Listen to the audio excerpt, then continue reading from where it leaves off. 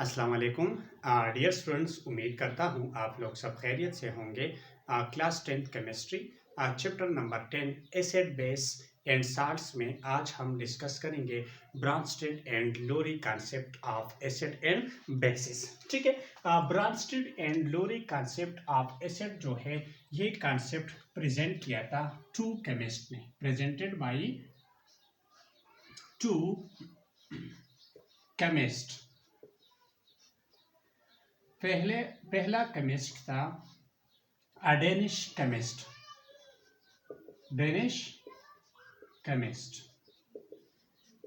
और Danish chemist का नाम था ब्रॉन्स्टेड। और सेकंड केमिस्ट जो था वो इंग्लिश केमिस्ट था और उसका नाम था लोरी। और ये कॉन्सेप्ट जो था उन्होंने पेश किया था 1923 में। ठीक है, तो ये प्रेजेंटेशन ऑफ दिस कॉन्सेप्ट है। ठीक है, this concept is based on, ये किस बेस पर है? Based on proton. किस बेस पर है? प्रोटॉन। और इसी प्रोटॉन को हम रिप्रेजेंट करेंगे हाइड्रोजन आयन से। ठीक है, आपने ये पॉइंट नोट करना है कि ये कॉन्सेप्ट जो है ये किस बेस पर है? प्रोटॉन पर है। और ये इस प्रोटॉन को हम रिप्रेजेंट करेंगे किस चीज से? हाइड्रोजन आयन से। ठीक है, अब सवाल ये है कि ये प्रोटॉन जो है ये हम हाइड्रोजन आयन से क्यों रिप्रेजेंट करते हैं? फर्ज करें हाइड्रोजन का स्ट्रक्चर देख ले, ये हाइड्रोजन का न्यूक्लियस है और ये क्या है? ये शेल है। ठीक है, हाइड्रोजन का एटॉमिक नंबर 1 है जिसमें इलेक्ट्रॉन 1 एंड प्रोटॉन भी 1 है। ठीक है, प्रोटॉन न्यूक्लियस में है और शेल में क्या है? इलेक्ट्रॉन। ठीक है, तो ये हाइड्रोजन क्या करता है? जब ये एक इलेक्ट्रॉन लॉस करता है, तो जब ये इलेक्ट्रॉन लॉस करता है तो उसके न्यूक्लियस में सिर्फ और सिर्फ क्या रह जाता है? प्रोटॉन। और इलेक्ट्रॉन जो है इससे क्या होता है? रिमूव होता है।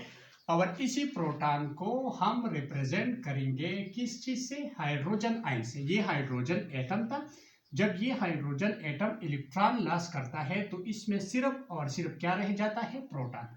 और जब ये इलेक्ट्रॉन लॉस करता है तो इस हाइड्रोजन पर कौन सा चार्ज आ जाएगा? पॉजिटिव। तो इसीलिए हम प्रोटॉन को रिप्रेजेंट करेंगे किस चीज से? हाइड्रोजन आयन से। ठीक है, अब बात करते हैं definition of Bronsted and Lowry acid and bases. ठीक है, फर्ज करें मेरे पास है सब्सटेंस है, मेरे पास क्या है? सब्सटेंस। और सब्सटेंस का मतलब क्या है? सब्सटेंस या तो कंपाउंड होंगे, ठीक है, और या क्या होंगे? मॉलिक्यूल। जनरली मैं क्या लफ्ज इस्तेमाल करूंगा? सब्सटेंस। और जब मैं सब्सटेंस का लफ्ज इस्तेमाल करता हूं तो उसके दो मतलब होंगे, या तो ये मॉलिक्यूल होंगे और या क्या होंगे? कंपाउंड होंगे। ठीक है, अब अगर ये सब्सटेंस क्या करता है? ये प्रोटॉन डोनेट करता है। प्रोटॉन क्या करता है? डोनेट करता है। और ये प्रोटॉन आपने नोट करना है कि ये चीज फॉर्म कौन से फॉर्म में डोनेट होंगे? हाइड्रोजन आयन के फॉर्म में। तो जब ये सब्सटेंस प्रोटॉन डोनेट करता है in the form of hydrogen ion, proton donation या डोनेट का मतलब ये है कि ये प्रोटॉन क्या करता है इसके साथ? जब ये प्रोटॉन देता है तो देने वाला कंपाउंड या सब्सटेंस जो है ये क्या होंगे? ये एसिड होंगे। ठीक है, यानी जब सब्सटेंस प्रोटॉन डोनेट करता है तो वो सब्सटेंस क्या होंगे? एसिड होंगे। ठीक है, अब अगर ये सब्सटेंस क्या करता है? प्रोटॉन एक्सेप्ट करता है। प्रोटॉन क्या करता है? एक्सेप्ट करता है, प्रोटॉन लेता है, तो फिर ये सब्सटेंस जो है ये क्या होंगे? बेस होंगे। ठीक है, हमने पहले भी यहाँ पर एक पॉइंट डिस्कस किया था कि ये कॉन्सेप्ट जो है ये किस बेस पर है? प्रोटॉन बेस पर। ठीक है, अगर एक सब्सटेंस प्रोटॉन लेता है तो ये बेस होंगे, अगर प्रोटॉन देता है तो ये क्या होंगे? ये एसिड होंगे, यानी प्रोटॉन देने वाला एसिड होगा और प्रोटॉन लेने वाला क्या होगा, बेस होगा। सब्सटेंस जब प्रोटॉन डोनेट करता है, प्रोटॉन देता है तो एसिड होंगे। अगर ये सब्सटेंस प्रोटॉन एक्सेप्ट करता है, प्रोटॉन लेता है तो फिर ये सब्सटेंस क्या होंगे, ये बेस होंगे। यहाँ पर मैं जनरलाइज फॉर्म लिखूंगा कि एसिड क्या है according to Bronsted and Lowry concept, proton which donate proton. जब प्रोटॉन डोनेट करता है तो क्या होंगे, एसिड होंगे। और बेस क्या होंगे, बेस वो सब्सटेंस जो प्रोटॉन एक्सेप्ट करता है तो वो सब्सटेंस क्या होंगे, वो बेस होंगे। ठीक है, परस करें, मेरे पास एग्जांपल है HCl, and this HCl react with H2O and give us H3O positive charge plus chloride negative charge.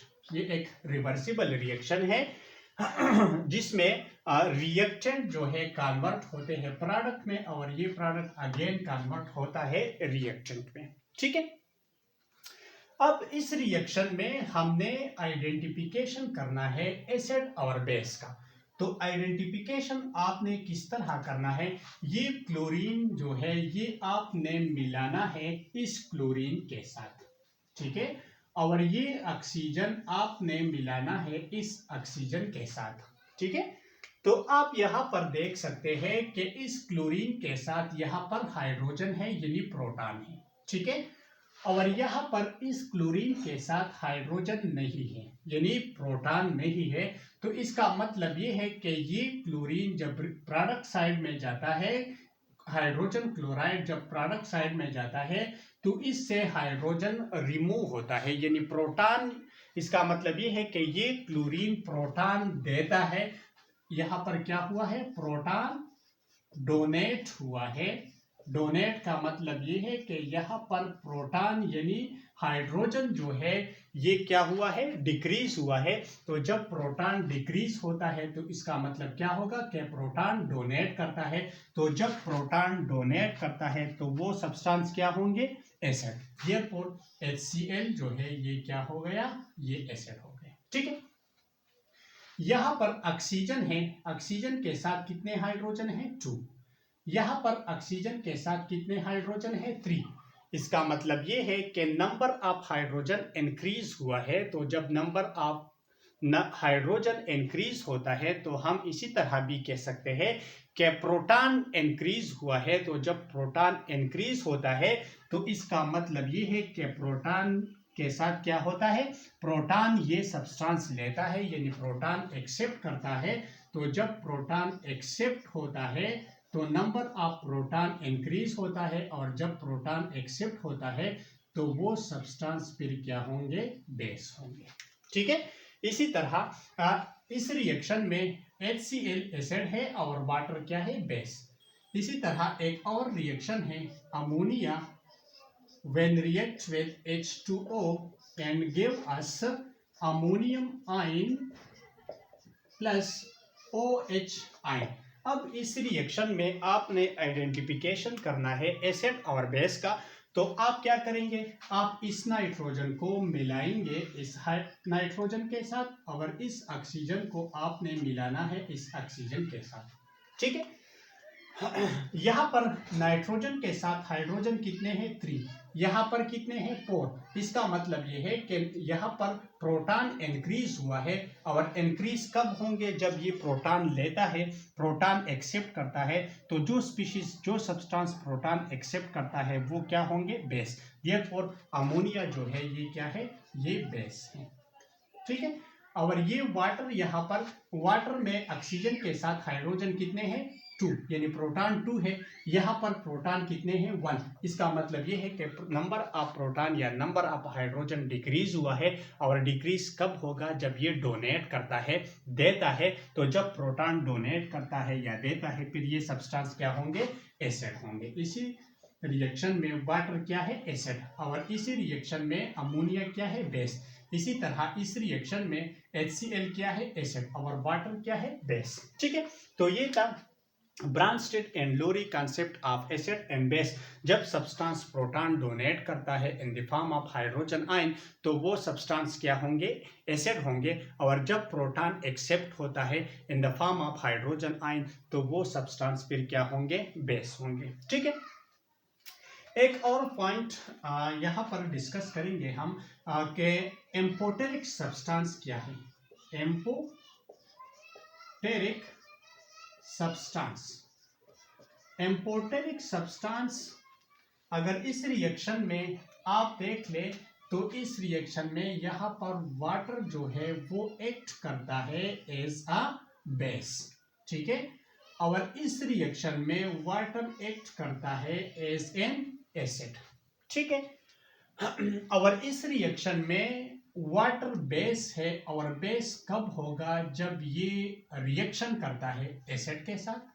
ठीक है, और वाटर एसिड कब होगा, जब ये रिएक्ट करता है किसके साथ, बेस के साथ। ठीक है, तो एम्पोटेरिक सब्सटेंस क्या है, वो स्पीशीज, वो सब्सटेंस जो एक्ट करता है both as acid and base, acid and base, वो सब्सटेंस जो क्या करता है, जो एक्ट करता है, बिहेव करता है एसिड और बेस दोनों, सब्सटेंस जो एसिड होंगे और बेस दोनों होंगे, ऐसे सब्सटेंस को हम क्या कहेंगे, एम्पोटेरिक सब्सटेंस। यहाँ पर आप देख सकते हैं कि इस रिएक्शन में वाटर एसिड है और इस रिएक्शन में वाटर क्या है, बेस। तो वाटर जो है ये एक्ट करता है both as acid and base, तो इसी सब्सटेंस को हम क्या नाम देते हैं, एम्पोटेरिक सब्सटेंस। ठीक है, और इसका एग्जाम्पल क्या है, एम्पोटेरिक सब्सटेंस का एग्जाम्पल है वाटर। ठीक है, अब ये पॉइंट आपने नोट करना है कि वाटर एसिड कब होगा एंड बेस कब होगा, ये डिपेंड करता है, depend on the reacting species, on the reacting species. किस चीज पर डिपेंड करता है, रिएक्टिंग स्पीशीज। रिएक्टिंग स्पीशीज का मतलब ये है कि वाटर एसिड कब होगा, जब ये रिएक्ट करता है बेस के साथ, और वाटर बेस कब होगा, जब ये रिएक्ट करता है किसके साथ, एसिड के साथ। तो shortly we can say that water act as a both acid and base, therefore water is amphoteric substance. ठीक है, एक और पॉइंट डिस्कस करना है, कॉन्जुगेट एसिड एंड बेस। फर्ज करें मेरे पास है ammonia NH3 plus H2O and give us ammonium ion plus OH ion. ठीक है, ये अमोनियम आयन है और ये क्या है, OH आयन है। ठीक है, अब ये रिएक्शन क्या है, ये एक रिवर्सिबल रिएक्शन है, और इस नाइट्रोजन को आपने मिलाना है इस नाइट्रोजन के साथ, और ये OH आपने मिलाना है इस O के साथ, यानी ऑक्सीजन के साथ। ठीक है, अब रिवर्स में देख ले, यहां पर नाइट्रोजन कितने हैं, नाइट्रोजन 1 है, और हाइड्रोजन यानी प्रोटॉन कितने हैं, 4। ठीक है, यहां पर नाइट्रोजन के साथ कितने प्रोटॉन है, 3। तो यहाँ पर 4 है, यहाँ पर 3 है, प्रोटॉन डिक्रीज हुआ है, तो डिक्रीज कब होगा, जब ये प्रोटॉन क्या करेगा, डोनेट करेगा। तो जब प्रोटॉन डोनेट होता है तो उस सब्सटेंस को हम क्या नाम देंगे, एसिड। ठीक है, इसी तरह यहाँ पर OH ऑक्सीजन के साथ प्रोटॉन 1 है। ठीक है, यहाँ पर ऑक्सीजन के साथ प्रोटॉन कितने हैं, 2। इसका मतलब यह है कि नंबर ऑफ प्रोटॉन इंक्रीज हुआ है, और इंक्रीज कब होगा, जब ये प्रोटॉन एक्सेप्ट करता है। तो जब प्रोटॉन एक्सेप्ट होता है तो उस स्पीशीज को हम क्या नाम देते हैं, बेस। ठीक है, इस रिएक्शन में अमोनिया जो था ये क्या था, बेस था। ठीक है, और वाटर जो था ये क्या था, एसिड था। ठीक है, ये रिएक्टेंट साइड है, और ये कौन सा साइड है, राइट साइड वाला, ये प्रोडक्ट साइड है। ठीक है, अब इस रिएक्शन में रिएक्टेंट साइड में बेस और एसिड है, इसी तरह प्रोडक्ट साइड में क्या है, प्रोडक्ट साइड में भी एसिड है और क्या है, बेस है। ठीक है, लेकिन ये पॉइंट आपने नोट करना है कि प्रोडक्ट साइड वाले जो एसिड है और जो बेस है उसको हम क्या नाम देते हैं, conjugate acid and conjugate base. ठीक है, और ये कॉन्जुगेट बेस एसिड जो है ये किससे बना है, यहाँ पर NH4 है, ये बना हुआ है NH3 से, ठीक है। और इस NH3 से ये NH4 कब बनेगा, जब ये NH3 एक प्रोटॉन एक्सेप्ट करता है, ठीक है।